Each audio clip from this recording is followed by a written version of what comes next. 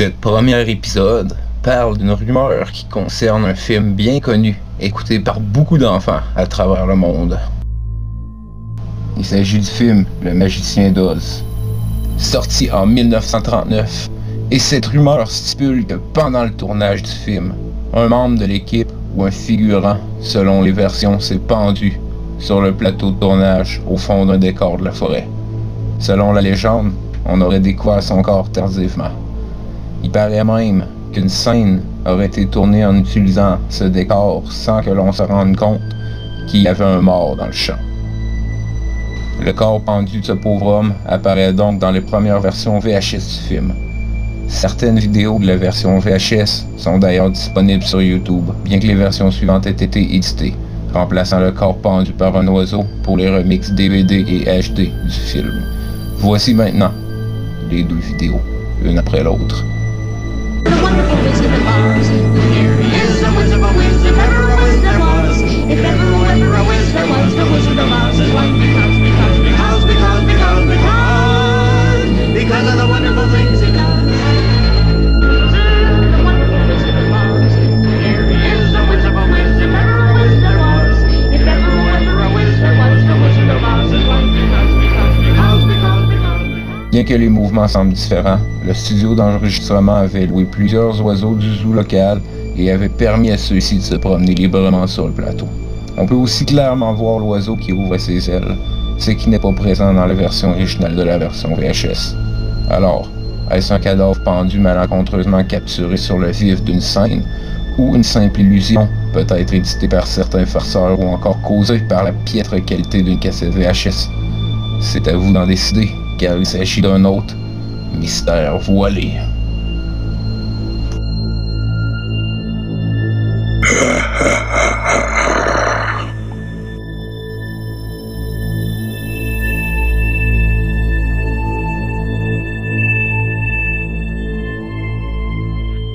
The Crow est un film fantastique américain réalisé par Alex Proyas. Ce film raconte l'histoire d'un jeune homme qui vit le parfait bonheur avec sa bien-aimée, mais qui se fait agresser en pleine ruelle par une bande de voyous. Il assiste au viol et au meurtre de sa fiancée avant d'être exécuté à son tour. Un an après leur mort, un mystérieux corbeau apparaît sur la tombe d'Eric, le jeune homme. Comme protégé par l'étrange volatile, le jeune homme se relève donc de sa tombe pour assouvir sa vengeance. Brandon Lee, l'acteur qui joue le rôle d'Eric, trouve la mort à l'âge de 28 ans à la suite d'un accident dû à un tir de revolver au cours du tournage du film The Crow. Dans la nuit du 31 mars 1993, lors d'une scène tournée pour le film, l'acteur Michael Massey doit tirer sur Brandon Lee avec un revolver chargé de cartouches à blanc. La détonation retentit, Brandon s'écroule sur le plancher. Le réalisateur hurle « Coupé », mais Brandon reste à terre. Les secours sont immédiatement alertés et le transportent en ambulance à l'hôpital de Wilmington en Caroline du Nord. Le verdict des médecins: un projectile est entré dans l'abdomen inférieur droit avant de perforer l'estomac et d'autres organes vitaux et a fini sa course près la colonne vertébrale. Les lésions étant trop importantes, les médecins ne peuvent stopper l'hémorragie interne et il tombe dans le coma. Brandon meurt le 31 mars 1993, la même soirée à l'âge de 28 ans. Les enquêteurs déterminent par la suite qu'un projectile est resté bloqué dans le barillet lors d'une précédente utilisation du revolver, alors qu'il était chargé avec une vraie balle. La scène fut capturée sur caméra, mais elle fut détruite une fois que les autorités chargées d'enquêter sur cette affaire l'ont utilisée pour tenter de résoudre ce mystère. Voici maintenant la scène en question.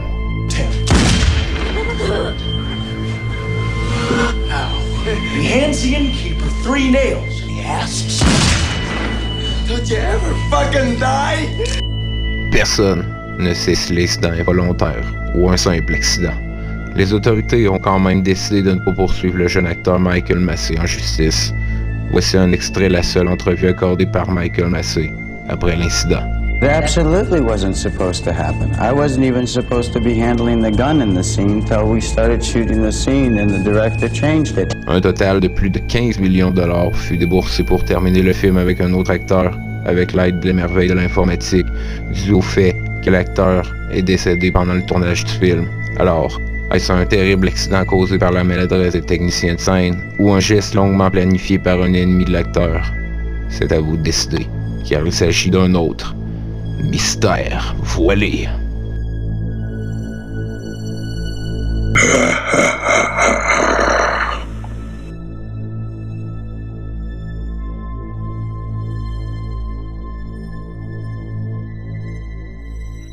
Les légendes, inspirées des conspirations souvent rapport aux Illuminati et aux francs-maçons. D'ailleurs, il y a des rumeurs voulant que Walt Disney lui-même était un membre des francs-maçons.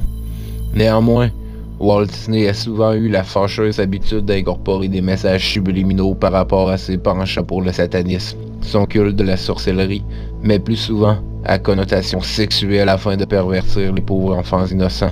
D'ailleurs, Walt Disney n'a pas toujours fait dans les films pour enfants.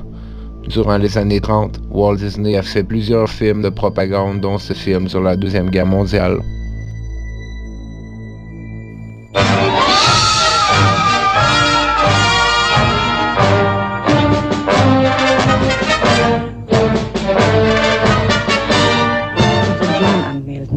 Unseren Erstgeborenen. Gib alle Geburtsscheine. Ja, hier sind unsere Geburtsscheine, die Geburtsscheine unserer Eltern. Those documents are birth certificates, all the way back to their great-grandparents. The beautiful princess is Germany. Heil Hitler! Heil Hitler! Heil! Heil Spiraka! Heil Spiraka!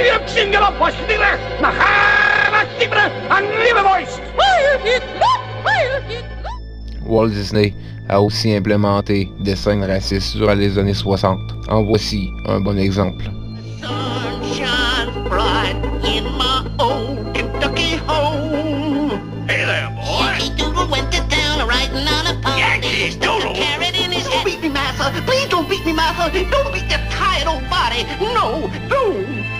Vous allez maintenant voir une série de photos comprenant les messages subliminaux qui ont pour effet de corrompre l'esprit des enfants qui les visualisent. Un message subliminal est un stimulus incorporé dans un objet, conçu pour être perçu au-dessous du niveau de la conscience. Les techniques subliminales sont généralement utilisées dans la publicité ou la propagande. D'abord, l'affiche du roi lion est très provocatrice une fois qu'elle est regardée d'un autre œil.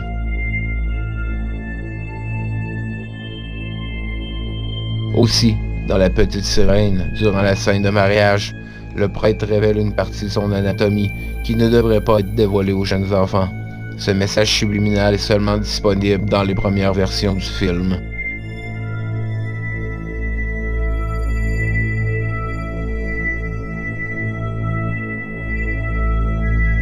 D'ailleurs, toujours en rapport avec La Petite Sirène, une autre référence ayant encore rapport avec le phallus peut être vue sur la pochette du film.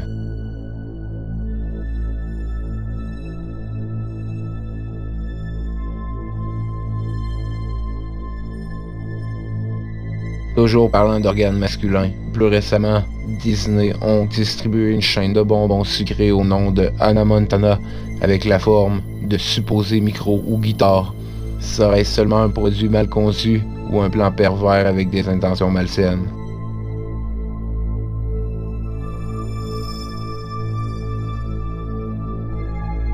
Et pour finir le sujet des organes masculins, il est possible de distinguer une drôle de forme avec la robe de Minnie Mouse sur cette photo avec Mickey Mouse.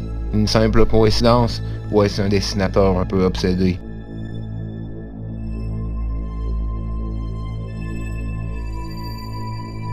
Mais il n'est pas seulement question de phallus dans Disney. Il y a aussi beaucoup d'allusions au mot sexe, comme dans cette photo tirée du film Le Roi Lion et Tangled, connu sous le nom de Rapunzel en français.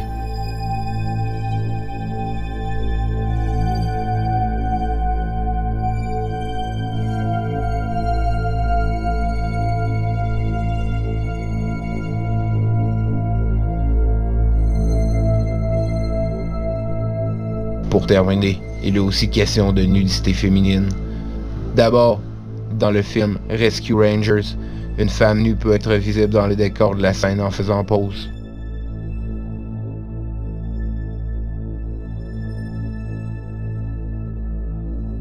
Aussi, dans le film Roger Rabbit, Jessica Rabbit peut être vue d'une manière très indécente lorsque l'image est mise sur pause. On peut voir des assets de Jessica Rabbit qui ne devraient pas être vus pour les jeunes enfants.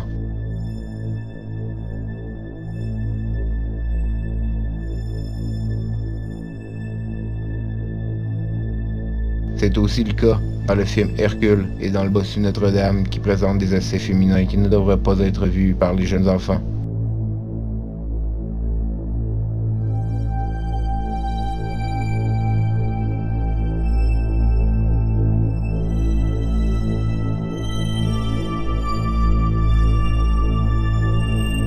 Alors, est-ce un plan maléfique de la part de Disney dans le but de corrompre la jeunesse, ou est-ce seulement une série de blagues de mauvais goût orchestrées par un malin dessinateur?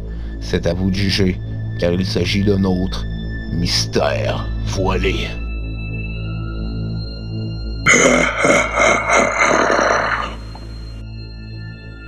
Le Deep Web est la partie du web accessible en ligne, mais non indexée par des moteurs de recherche classiques. La navigation dans le Deep Web se fait de manière totalement anonyme, car les outils pour y accéder sont totalement confidentiels. Par contre, le contenu du Deep Web n'est pas supervisé. Il est donc très dangereux de naviguer innocemment sans tomber sur de mauvaises surprises. Une de ces mauvaises surprises est un site qui se fait appeler Pink Meth. Pink Meth est la raison pourquoi les jeunes filles doivent être prudentes sur le net et sur n'importe quel appareil doté d'un appareil photo ou d'un réseau. Pink Meth est un site qui rassemble les comptes hackés de plusieurs filles à travers le monde. Les informations sur ce site varient, mais ils contiennent généralement des renseignements personnels comme amis, famille et emploi. Par contre, le point tournant de ce site web est malheureusement les photos compromettantes hameçonnées de divers sites de médias sociaux ou d'échanges de photos. On y trouve notamment des photos de sites web comme Facebook, Snapchat et Instagram. La plupart des photos sont généralement des photos intimes compromettantes prises par les filles mêmes ou par leurs compagnes sexuelles que les hackers ont réussi à obtenir et à uploader sur le site. Ce site ne comprend aucun règlement et affiche même la ville et l'adresse personnelle de la fille en question, sans parler de sa famille, ses amis et son employeur. On y trouve même un lien à leur compte Facebook et parfois même à leur compte Snapchat. Le tout est fait dans la plus totale discrétion, la victime ignorant souvent que ses photos personnelles traînent dans le fond du Deep Web. Il est donc primordial pour chacune d'entre vous de faire attention et d'être prudente sur le net, car on ne sait jamais qui peut avoir accès aux données envoyées ou entreposées sur nos ordinateurs. Alors, la prochaine fois que vous voulez montrer un peu de chair, pensez-y à 2 fois avant de vous voir afficher sur un de ces sites web dignes d'un mystère voilé.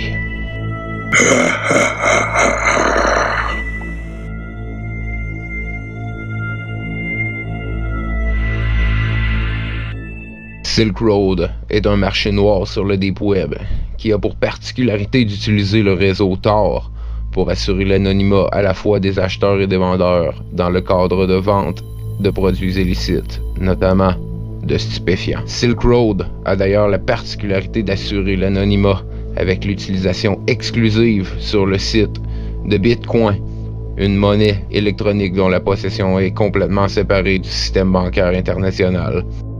Une première version du site a été fermée par le FBI en 2013, mais une nouvelle version a été réouverte quelques semaines plus tard par une autre personne connue sous le nom de Dread Pirate Roberts.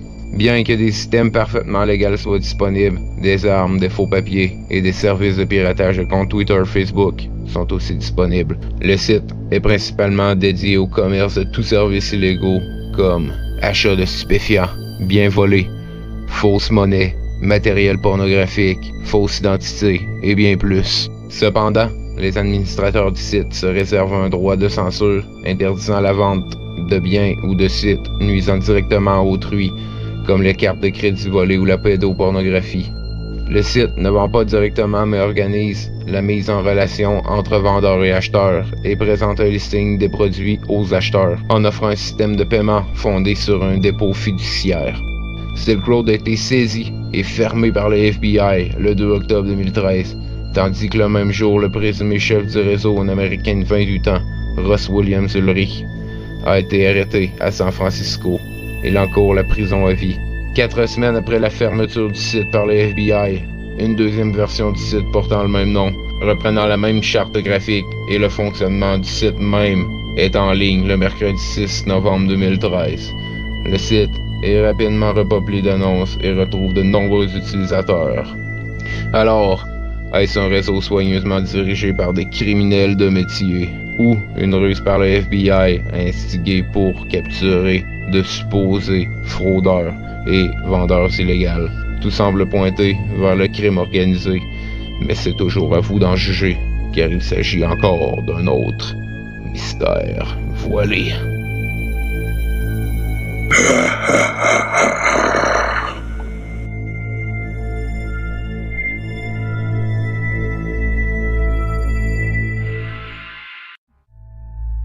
Anonymous est un mouvement activiste se manifestant notamment sur Internet. Le nom de ce collectif est considéré comme un mot désignant des membres de certaines communautés d'internautes agissant de manière anonyme dans un but particulier. Lors de manifestations physiques du collectif, les membres sont généralement masqués. Ils se présentent comme des défenseurs du droit à la liberté d'expression, autant sur Internet qu'en dehors d'Internet. Après une série de manifestations controversées, hautement publiées, et une série d'attaques informatiques par Anonymous en 2008, les incidents liés à ce groupe ont fortement augmenté. Anonymous est considéré comme étant l'un des 3 principaux successeurs de Wikileaks. Wikileaks est un site web qui s'occupe de divulguer des renseignements gardés secrets par les dirigeants mondiaux. Le nom Anonymous vient d'un site de forum appelé 4chan, qui est un site où la liberté d'expression règne totalement, en permettant aux utilisateurs de poster sous leur propre nom ou sous un pseudo anonyme. Outre les manifestations, le groupe lance des attaques par déni de service appelé DDoS, contre les sites de sociétés ciblées comme des ennemis des valeurs défendues par le mouvement. Une attaque de déni de service est une requête faite à un serveur particulier dans le but d'accéder à un site web. Cependant, Anonymous organise des masses de personnes qui transforment leur ordinateur en botnet et qui acheminent des milliers de requêtes par seconde. Le site web finit donc par planter et la compagnie en question perd des milliers et parfois des millions de dollars. En 2008, Anonymous attaque l'église scientologique et hack tous les sites web de l'église, causant des milliers de dollars de pertes. Des milliers de membres d'Anonymous à travers le monde envoient également plusieurs appels téléphoniques et emails de menaces à l'organisation. En décembre 2010, des attaques ont été menées contre le site de Mastercard après que cette société ait décidé d'interrompre les services destinés à Wikileaks. À la suite des attaques, des poursuites en justice ont été entreprises à l'endroit de plusieurs des membres du mouvement démasqués par la police. À la fin 2010 et au début 2011, le groupe participe à des attaques contre des pays dans lesquels la censure sur Internet est très forte. Il crée ainsi des opérations en Tunisie, en Iran, en Algérie, au Venezuela et en Égypte. Anonymous ciblerait également d'autres pays comme l'Arabie Saoudite, la Libye, la Syrie, la Jordanie et le Yémen. Le 2 avril 2011, Anonymous lance une attaque contre Sony et le PlayStation Network en représailles aux procédures judiciaires contre le hacker George Hotz et Gaff Choklo, qui était parvenu à contourner les protections numériques de la PlayStation 3 et qui était parvenu aussi à jailbreaker son système. Le 18 janvier 2011, l'opération Blackout est lancée pour monter l'opposition du groupe aux lois SOPA et PIPA. L'action est fortement suivie, notamment par de grands groupes comme Wikileaks et Reddit. L'opération Blackout mène aussi à un blackout aux États-Unis qui cause la perte d'électricité à plusieurs États et qui cause des milliers de dollars en perte. Le 19 janvier 2012, le FBI annonce la fermeture du site Megaupload. Anonymous lance l'opération Megaupload et attaque les sites du FBI, les mettant hors ligne pour quelques jours. Le lendemain, Anonymous annonce que la cyberguerre a commencé, promettant de lancer de nombreuses attaques blitzkrieg contre le gouvernement américain. Et, il y a quelques semaines à peine, le dimanche 24 août 2014, un membre du groupe Anonymous, renommé Fame, et le groupe Lizard Squared lance une attaque DDoS contre PlayStation Network encore, dans le but d'exposer leur manque de vigilance après la première attaque de 2011 et montrer leurs failles. Ils affirment aussi que Xbox Live est la prochaine cible. Encore plus récemment, le dimanche 31 août 2014, une attaque a été lancée contre le gouvernement pakistanais dans le but de fermer tous les serveurs associés au Pakistan pour libérer le peuple d'une censure Internet atroce.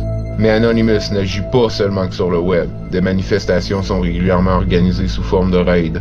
Les participants descendent dans la rue, la plupart du temps menus de masques de Guy Fawkes du film V pour Vendetta. Anonymous n'étant ni une organisation ni un club quelconque, il est impossible de rejoindre officiellement les membres Il n'y a pas de chef, pas de frais, pas de classement et aucun moyen de communication avec le groupe. Anonymous est répandu sur plusieurs médiums et sur plusieurs langues, et sont aussi présents dans plusieurs pays. N'importe qui, avec les propriétés, à la bonne place peut faire partie d'Anonymous. Alors, est-ce une organisation activiste dédiée au bien du peuple, ou est-ce de malsains hackers enivrés par le pouvoir de hacker? C'est à vous de juger, car il s'agit d'un autre mystère voilé.